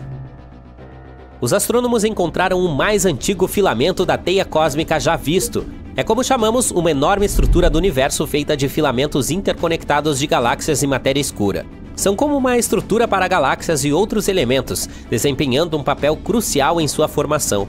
O filamento de que estamos falando é formado por 10 galáxias muito próximas. É inimaginavelmente enorme, estendendo-se por mais de 3 milhões de anos-luz. E parece que o recém-descoberto é muito antigo. Ocorreu apenas 830 milhões de anos após o Big Bang. Provavelmente está ancorado por um quasar luminoso. Essa descoberta nos faz questionar como exatamente as galáxias são formadas e o que exatamente aconteceu com o nosso universo após o Big Bang. Olá, terráqueo! Se você acha que é especial porque vive no único planeta habitável, pense novamente. O que torna um planeta adequado para a vida? Uma série de fatores, como ele próprio, seus vizinhos e a estrela que orbita. Um mundo habitável é basicamente aquele que pode sustentar a vida, com coisas como acesso à água, fontes de energia e nutrientes. A Terra, por exemplo, está no ponto ideal conhecido como zona habitável, onde pode haver água líquida em sua superfície. Mas o fato de estar nesse ponto não significa automaticamente que um planeta seja habitável. Fatores como níveis absurdos de radiação podem torná-lo inabitável, mesmo que tenha a temperatura certa. Portanto, a conclusão é de que precisamos de água, algo para orbitar e um conjunto de nutrientes de origem química que pode ser encontrado na tabela periódica dos elementos de Mendeleev ou naqueles salgadinhos que você compra. Veja este exoplaneta chamado K2-18b. O termo exoplaneta não significa que ele seja exótico, apenas afirma que está localizado fora do sistema solar. A maioria dos planetas precisa orbitar alguma coisa, a menos que estamos falando de um interestelar, que é basicamente algo do tamanho de um planeta que flutua no espaço, mas não orbita em torno de nenhuma estrela ou anã marrom. Em vez do nosso Sol, o K2-18b orbita uma anã vermelha chamada K2-18. Ela não é uma estrela comum que pode ser vista a olho nu no céu noturno, então é difícil de ser observada devido à sua baixa luminosidade. O K2-18b é de fato um planeta muito, muito distante. Está localizado a 38 parsecs de distância da Terra. Um parsec é algo em torno de 31 trilhões de quilômetros. Faça você a matemática. Dica: muitos zeros. Esse cara é um subnetuno, o que significa que tem um raio menor do que Netuno. Entretanto, é muito maior do que nossa humilde morada. tem cerca de 2,6 vezes o raio da Terra. Quanto ao peso, é muito mais volumoso, tem cerca de 8 vezes mais massa. Ele leva 33 dias para dar uma volta em torno de sua estrela e recebe quase a mesma quantidade de luz estelar que a Terra do Sol. Esse planeta tem uma intensidade de luz 1,28 maior que a da Terra e temperatura de equilíbrio de menos 2 graus Celsius. Não, isso não significa que se pareça com Nova York em janeiro, apenas nos dá uma ideia da temperatura teórica de lá. A temperatura de equilíbrio planetário é basicamente aquela que um planeta teria se tivesse perfeitamente equilibrado em termos de radiação. É quando a quantidade de calor que sai é igual à de calor que entra. Os trilhões de quilômetros que nos separam não são um problema para telescópios potentes como o espacial Kepler, que descobriu esse planeta, e o especial James Webb, que está estudando sua atmosfera agora. Em dezembro de 2019, os cientistas anunciaram que encontraram vapor de água na atmosfera do K2-18b, o que despertou um interesse generalizado por esse mundo estranho. 4 anos mais tarde, o James Webb detectou dióxido de carbono e metano circulando no ar desse carinha. O dióxido de carbono é basicamente nosso melhor amigo aqui na Terra. Os seres humanos precisam dele para respirar adequadamente e manter o pH do sangue sob controle. E as plantas também adoram esse material, pois ele as ajuda a produzir oxigênio por meio da fotossíntese. Obviamente, não podemos sobreviver sem. O mesmo também vale para o metano. No entanto, essa pequena joia deixou alguns cientistas ainda mais entusiasmados devido à descoberta de algumas moléculas de gás de sulfeto de dimetila em sua atmosfera. Em 2013, pesquisadores da Universidade de Cambridge detectaram moléculas à base de carbono, como o metano e dióxido de carbono no K2-18b com a ajuda do James Webb. Isso pode significar que esse exoplaneta pode ter uma atmosfera rica em hidrogênio e superfície aquosa. Há um possível odor de sulfeto de dimetila, ou simplesmente DMS, na mistura. Na Terra, esse material geralmente está ligado à vida, pois é normalmente produzido pelo fitoplâncton nos oceanos. O fato de estarmos detectando indícios de DMS nesse local distante é como encontrar um bilhete dourado em uma barra de chocolate cósmica. Isso lhe dá um pouco de vontade de comer um bombom, não é? Por que o DMS é tão importante, você pergunta? Bem, ele é um pouco como um super-herói em nosso planeta, desempenhando um papel crucial no ciclo do enxofre e até mesmo afetando o nosso clima ao ajudar na formação de nuvens. E a detecção de DMS em outros planetas pode ser um sinal de vida semelhante à nossa. Parece que esse é um bom lugar com sua temperatura não tão baixa e todos os nutrientes certos para nos manter vivos. Então, qual é a sua opinião sobre a aparência geral dele? Provavelmente ele levou alguns milhões de anos para se formar. Embora as coisas possam esquentar no subsolo, isso não deve fazer muita diferença na superfície. Alguns especialistas acreditam que ele poderia abrigar um oceano de água ou lava derretida, com uma atmosfera rica em hidrogênio, semelhante a um gigante gasoso como Urano ou Netuno. Esse não corresponde realmente aos padrões da Terra, pois nossa atmosfera é composta principalmente de nitrogênio. Se houver um oceano, é provável que esteja sob uma espessa camada de gelo e rocha, o que pode interferir no clima do planeta.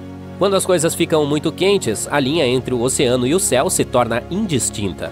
Não temos certeza absoluta se há um oceano líquido em K2-18b, e é difícil vê-lo de longe. Apenas observar o tamanho e o peso não nos dará a resposta. Toda a questão do oceano de água líquida está no ar. Inicialmente pensamos que a água em um estado supercrítico era mais provável, mas novas observações apontam para um oceano líquido. Gases suspeitos como hidrocarbonetos e amônia podem estar se movendo do ar para a água se houver um oceano, o que pode indicar que não há uma linha clara entre o céu e o mar. Mas alguns especialistas dizem que um oceano de rocha derretida poderia estar fazendo o mesmo truque. Outros acham que uma configuração de mini Netuno rica em gás também poderia explicar as coisas.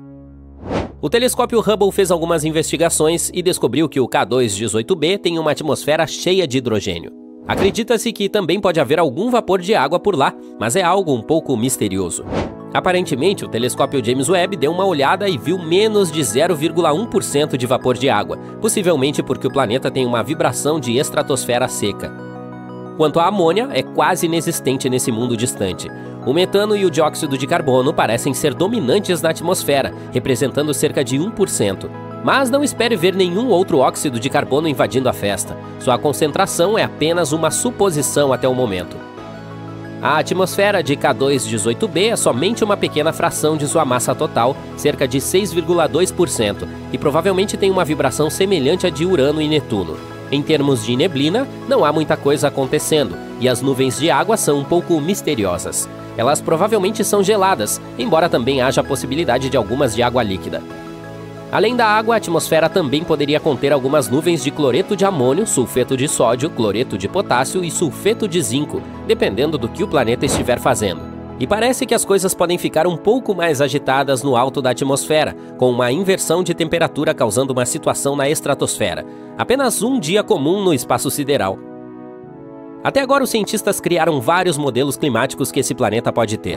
Por exemplo, alguns acham que há a mesma temperatura nele inteiro, a menos que esteja girando muito rápido e a diferença de temperatura entre os polos e o Equador seja pequena. Mas até o momento é tudo especulação.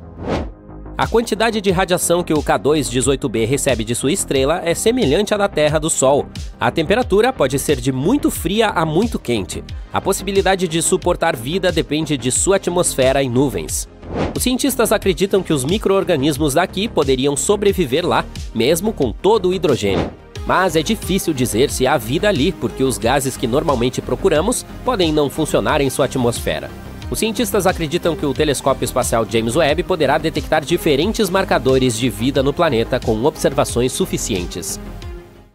Vênus e a Terra são tão diferentes que uma pergunta tola como o que é mais longo, um dia ou um ano, que não faz sentido na Terra, faz todo sentido em Vênus.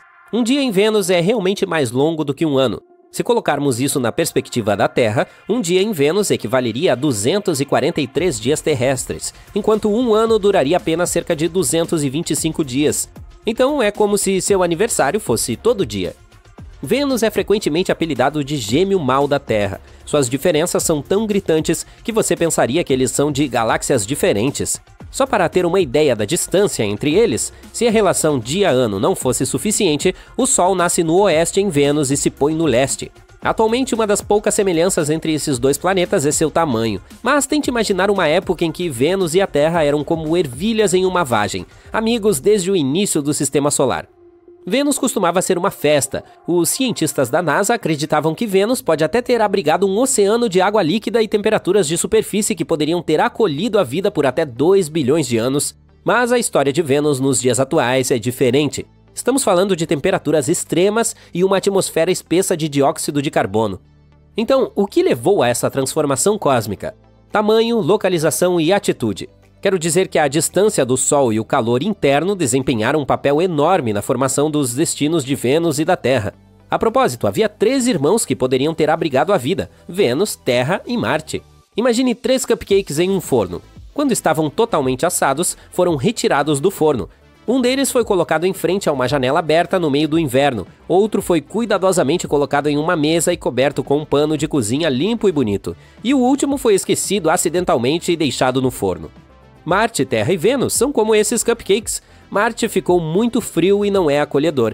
A Terra ainda é agradável e quente e está bem protegida de todas as coisas desagradáveis. E Vênus ficou muito quente e impossível de consumir. Em termos de desenvolvimento, a Terra seguiu o caminho lento e constante, mantendo seus oceanos, atmosfera estável e biodiversidade. Vênus, por outro lado, aumentou a temperatura, evaporou seus oceanos e passou a usar todos os gases de efeito estufa. Como resultado, temos um planeta onde você derreterá mais rápido do que um boneco de neve em janeiro. Marte, ao contrário, o transformará em um picolé de gelo em segundos, mas é provável que ele tenha sido bastante hospitaleiro em algum momento. Alguns cientistas acreditam que Marte costumava ser coberto por rios e lagos caudalosos e que não havia escassez de água. Até hoje, Marte ainda tem um oceano chamado Oceanos Borealis, ou melhor, os restos do que um dia foi um oceano. Ele perdeu quase toda a sua água com o tempo. Atualmente, as fontes de água em Marte incluem calotas polares de gelo e minerais em rochas. De acordo com as estimativas, apenas 1% de toda essa água evaporou, enquanto 99% ainda está retida no planeta vermelho. As calotas polares são bem simples de entender, pois temos a mesma coisa na Terra, mas rochas contendo água? Simples. Há pelo menos 4 tipos de minerais hidratados em Marte. Há argilas hidratadas feitas de silício e oxigênio, e o mais legal é que elas podem até conter magnésio e ferro, que são sulfatos hidratados à base de enxofre. Sei que você pensou no cheiro de ovos podres, mas ele é típico do enxofre de hidrogênio, e não apenas do enxofre. Esses minerais têm água incorporada diretamente em suas fórmulas químicas. Há também a sílica hidratada, que também tem água em sua fórmula. Os cientistas fizeram experimentos com o cultivo de plantas em condições semelhantes às de Marte e obtiveram sucesso com a alfafa. A colheita da alfafa também ajudou a melhorar o crescimento de outras culturas, como nabos e alface. Embora a água possa estar disponível no planeta vermelho, o ar em Marte é principalmente dióxido de carbono. Pelo lado positivo, o Mars Oxygen In Situ Resource Utilization Experiment, ou simplesmente MOXIE, pode produzir oxigênio em Marte, o que pode ser crucial para missões futuras. Quanto às fontes de energia em Marte, a energia solar, eólica e geotérmica são algumas opções promissoras. A energia solar é menos eficaz em Marte devido à luz solar mais fraca e às tempestades de poeira, mas a energia eólica e a geotérmica poderiam servir como alternativas confiáveis.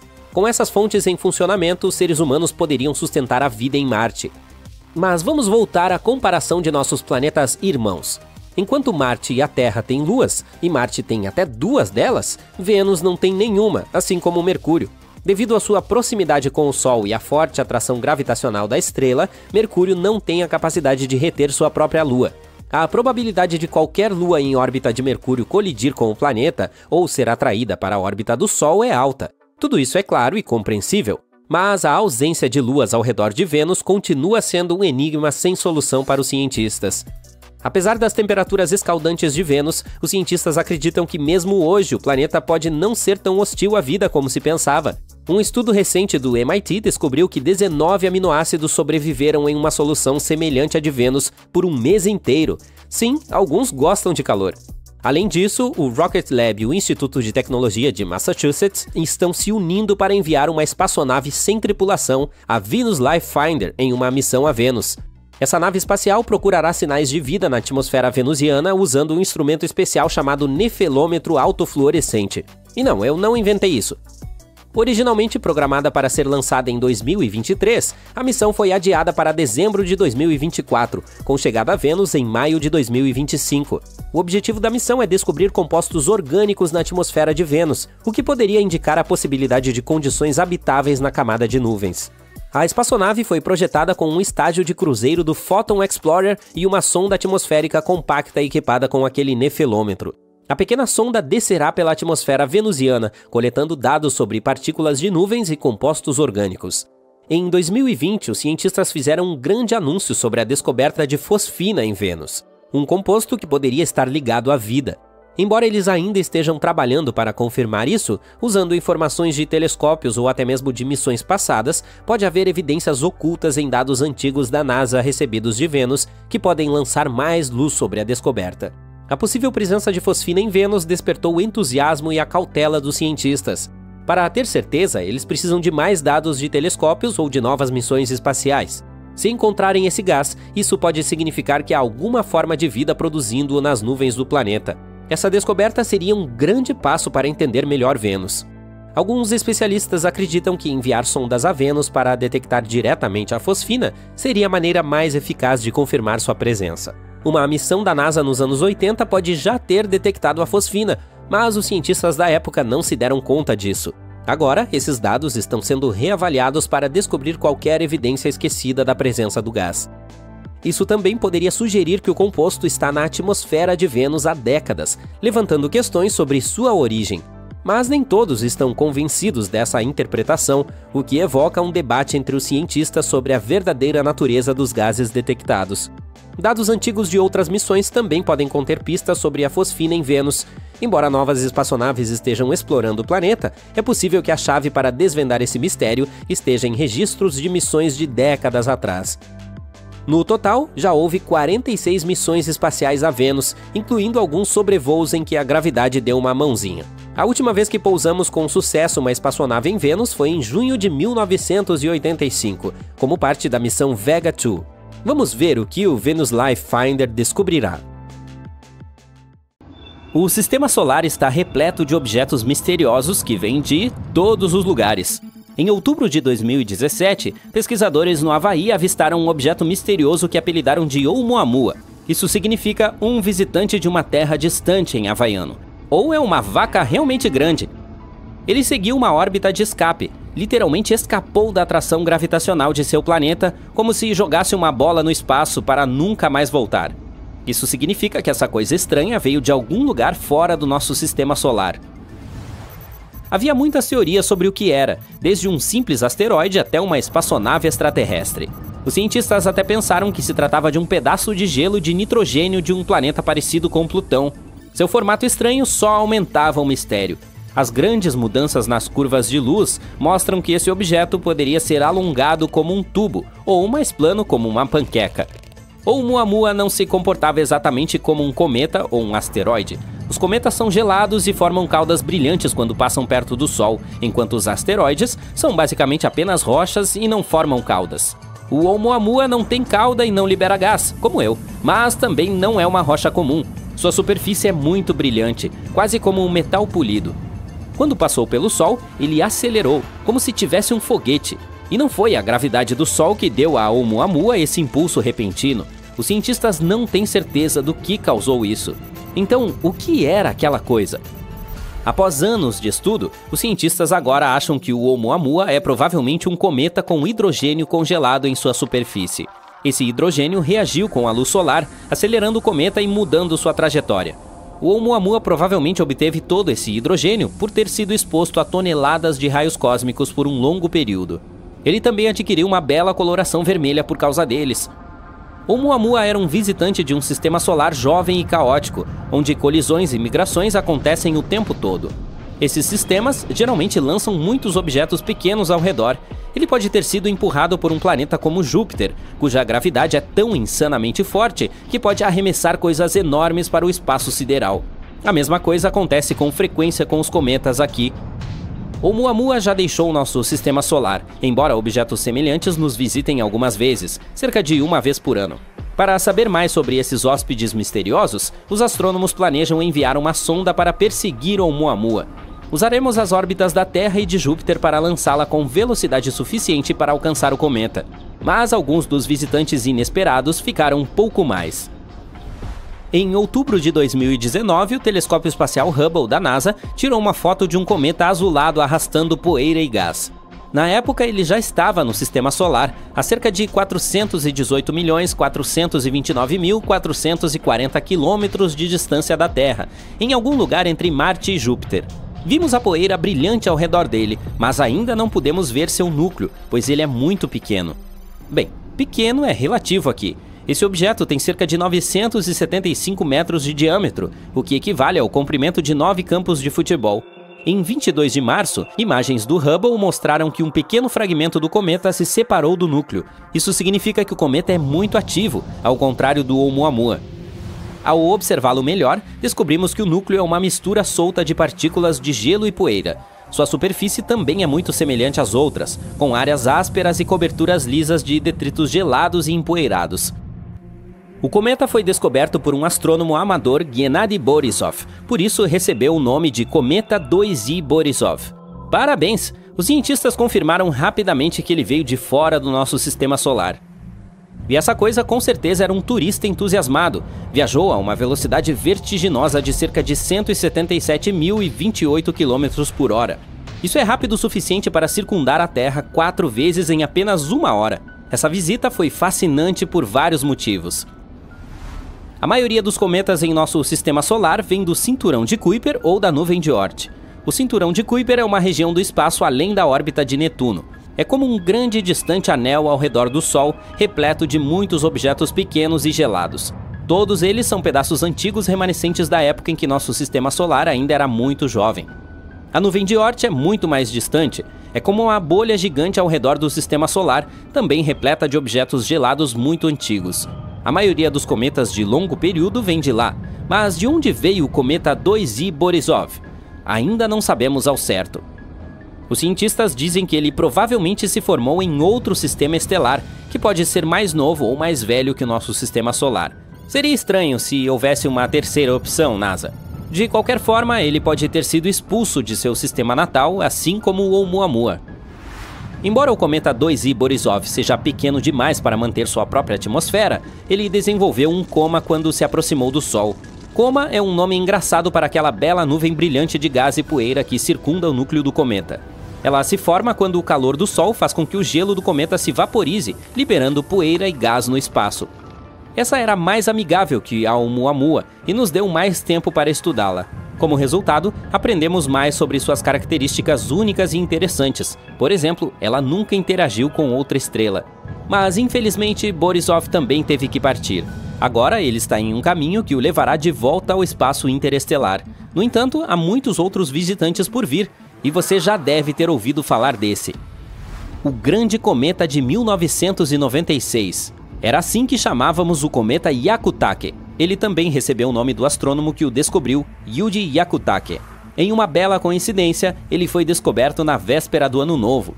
Em 25 de março de 1996, essa coisa passou incrivelmente perto da Terra, a apenas 0,1 unidade astronômica de distância, um pouco mais longe do que a Lua. Ela passou sobre o Polo Norte. Esse foi um dos encontros de cometas mais próximos em 200 anos. Ele era visível em todo o mundo e parecia muito brilhante e bonito no Sol, estendendo-se amplamente. E não permaneceu por apenas uma noite, ficou cada vez mais visível durante março, tornando-se um dos objetos mais brilhantes no céu noturno no final do mês. O cometa só desapareceu completamente no final de maio. Trata-se de um cometa de longo período, o que significa que ele leva centenas de anos para orbitar o Sol. A última vez que o visitou foi há cerca de 17 mil anos, e agora seu período orbital aumentou para 70 mil anos. Mas não fique chateado, há outros cometas que iluminarão nossos dias e noites. Além disso, alguns objetos espaciais preferem ficar por aqui por mais tempo. Há um asteroide com um nome multissilábico cujo esforço para pronunciar está acima do que me pagam para trabalhar aqui. Esse nome em havaiano significa o Travesso de Júpiter. Felizmente, os cientistas tiveram piedade de nós e o apelidaram de BZ. Ei, acho que posso agradecer por isso em nome de todos os outros narradores. Obrigado. É um asteroide pequeno com apenas 2,9 km de diâmetro. Pelo nome, você pode imaginar que ele compartilha uma órbita com Júpiter. Mas há um detalhe interessante. O asteroide se move na direção oposta, o que é conhecido como órbita retrógrada. O asteroide incomum foi descoberto em novembro de 2014. Ele orbita o Sol por cerca de 11 anos e 8 meses, às vezes passando por dentro e por fora da órbita de Júpiter. Ele tem sido assim há pelo menos 1 milhão de anos, e permanecerá assim por mais 1 milhão. Mas por que ele se move de forma tão incomum? O BZ pode, na verdade, ser um imigrante interestelar. Talvez ele tenha passado pelo nosso sistema solar há cerca de 4 ou 5 bilhões de anos, na época em que o Sol estava se formando. Em seguida, foi capturado pela gravidade, mas salvou sua órbita oposta. Ou talvez tenha vindo da nuvem de Oort. Então ele poderia obter sua órbita estranha do misterioso planeta 9, um planeta hipotético que se acredita existir em nosso sistema solar muito além de Netuno. De qualquer forma, esse asteroide nos dá mais informações sobre a história do sistema solar e como os materiais orgânicos podem chegar até nós vindos do espaço sideral. Em um dado momento, há milhares de objetos em nosso sistema solar que vêm do espaço sideral. Eles permanecem aqui por diferentes períodos de tempo, mas às vezes temos sorte, e eles acabam nos ensinando muito sobre o espaço interestelar. Em 2017, um estranho objeto foi visto em nosso sistema solar. Ele tinha a forma de um tubo longo, semelhante a uma panqueca. Nenhum asteroide ou cometa conhecido que tenhamos visto tem essa aparência. Seu exterior também era peculiar, era pelo menos 10 vezes mais reflexivo do que a média das coisas que voam pelo espaço, e alguns dizem que tinha uma superfície semelhante a metal polido. Quando passou pelo Sol e saiu do nosso alcance, acelerou mais rápido do que a nossa gravidade poderia explicar. À primeira vista, parecia que essa coisa tinha um foguete amarrado em suas costas. Esse visitante incomum recebeu até um nome especial, Oumuamua. O nome vem do havaiano e significa batedor ou visitante de uma terra distante. E devido às suas características, os cientistas logo começaram a se perguntar se essa era finalmente uma visita de criaturas de outro mundo. Antes de se lançarem totalmente nas suposições de ficção científica, os astrônomos reuniram as informações sobre as quais tinham certeza. A começar pelo fato de que Oumuamua deve ter vindo de outro sistema solar. Deve ter havido algum evento infeliz em seu sistema natal que levou à sua ejeção. O que eles não sabiam era se tratava de um cometa ou de um asteroide. Ambos são objetos celestes que orbitam um Sol, mas têm composições e comportamentos distintos. Os cometas são compostos principalmente de gelo, poeira e material rochoso, geralmente chamados de bolas de neve sujas. Quando um cometa se aproxima do Sol, o calor faz com que o gelo se vaporize, liberando partículas de gás e poeira no espaço. Isso cria uma cauda brilhante que pode se estender por milhões de quilômetros. Os cometas geralmente têm órbitas elípticas, muitas vezes levando-os de regiões distantes do sistema solar para mais perto do Sol. Os asteroides, entretanto, são feitos principalmente de rocha e metal. Em nossa vizinhança, eles são remanescentes da formação inicial do sistema solar e são normalmente encontrados no cinturão de asteroides entre Marte e Júpiter. Ao contrário dos cometas, os asteroides não desenvolvem caudas quando se aproximam do Sol, pois não possuem gelo. Suas órbitas geralmente seguem trajetórias mais circulares em comparação com os cometas. De acordo com todos os relatos, o Oumuamua deveria ser um cometa, pois parece vir de um local diferente no universo. No entanto, ele não apresenta os sinais típicos de atividade cometária. Espere um minuto, eu estou fazendo um comentário sobre cometas? Ah, deixa pra lá. O Oumuamua não tem cauda e não expele gás ao passar. Já eu não sou bem assim. Apesar de se comportar como um cometa, ele se parece mais com um asteroide. Outra grande questão é como cientistas conseguiram detectar o Oumuamua. Considerando a vastidão do espaço e do tempo na galáxia, isso é notável. As estrelas têm vida útil de milhões ou bilhões de anos, e a formação de um sistema solar leva centenas de milhões de anos. Mesmo os objetos mais rápidos levam dezenas de milhares de anos para viajar de uma estrela para outra. Em contrapartida, os seres humanos só observam os céus com telescópios há cerca de 400 anos, uma pequena fração do tempo cósmico, e foi somente nas últimas décadas ou mesmo anos que tivemos a tecnologia para detectar e rastrear objetos escuros e de movimento rápido. Ou rochas como essas são abundantes, ou tivemos uma sorte incrível em nossas detecções, ou ela simplesmente queria ser vista. Outra pergunta que foi feita foi de onde esses objetos poderiam vir. É altamente improvável que Oumuamua tenha vindo de um sistema solar maduro e estável. Isso se deve ao fato de que tais sistemas não ejetam material suficiente para preencher a galáxia. Ocasionalmente, uma rocha aleatória pode ser arremessada para fora, mas raramente pode viajar tão longe. Os sistemas jovens, entretanto, agem de forma diferente. Nesses ambientes caóticos, colisões, fusões e migrações estão acontecendo por toda parte. Muitas rochas minúsculas vagam por aí, candidatas perfeitas para serem ejetadas. O sistema solar que expulsou Oumuamua deve ter tido um planeta semelhante a Júpiter. Seu tamanho maciço e sua gravidade poderiam influenciar outros objetos no sistema, causando possíveis ejeções. Mas nem todos os sistemas solares desenvolvem planetas do tamanho de Júpiter. Muitas vezes, planetas enormes acabam perto de suas estrelas, tornando-se versões mais quentes de Júpiter. Esses planetas, que orbitam confortavelmente um Sol, têm menos probabilidade de ejetar detritos. Os planetas semelhantes a Netuno também podem ter um papel importante. Embora não sejam tão maciços quanto Júpiter, eles tendem a chamar as regiões externas dos sistemas solares de seu lar. Nosso sistema solar tem o cinturão de Kuiper, um reservatório de cometas em seus limites externos. Durante os estágios iniciais de um sistema solar, são comuns as interações entre planetas semelhantes a Netuno e detritos. No entanto, encontrar planetas semelhantes a Netuno em outros sistemas tem sido um desafio. Nossos métodos de detecção de exoplanetas funcionam melhor para objetos maciços próximos de suas estrelas, o que dificulta a detecção de homólogos de Netuno mais distantes. Oumuamua também estava ligado a uma teoria peculiar sobre como a vida surgiu no universo, a panspermia. É uma hipótese que sugere que a vida existe em todo o universo e pode ser distribuída entre os planetas por vários meios, como asteroides, cometas e até mesmo naves espaciais. Ela diz que a vida deve ter se originado em um local do universo e depois se espalhado para outros corpos celestes. Os adeptos da teoria da panspermia sugeriram que esses objetos interestelares poderiam transportar micróbios minúsculos, os blocos de construção da vida entre sistemas estelares. Se esses objetos impactassem um planeta ou uma lua, eles poderiam transferir esses materiais e semear vida no corpo celeste.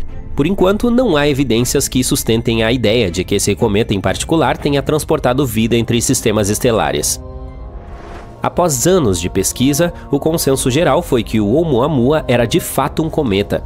A razão pela qual ele se move de forma estranha é o fato de que ele pode ter hidrogênio congelado em sua superfície, que reage quando tocado pela luz solar. Quanto mais próximo do nosso Sol, mais rápido ele se tornava, liberando esse hidrogênio e também mudando sua trajetória pelo nosso sistema solar.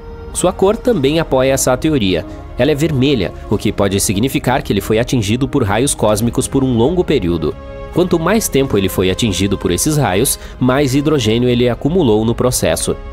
Mas como não podem ter certeza absoluta, os astrônomos têm um plano para seguir esse visitante. Uma ideia é enviar uma missão para verificá-lo. Ele já está muito longe de nós, mas talvez ainda não seja tarde demais. Talvez possamos enviar uma sonda com rapidez suficiente para alcançar o cometa. O plano foi batizado de Projeto Lyra e tem como objetivo usar a órbita da Terra e a de Júpiter para lançar uma sonda longe o suficiente para alcançar Oumuamua.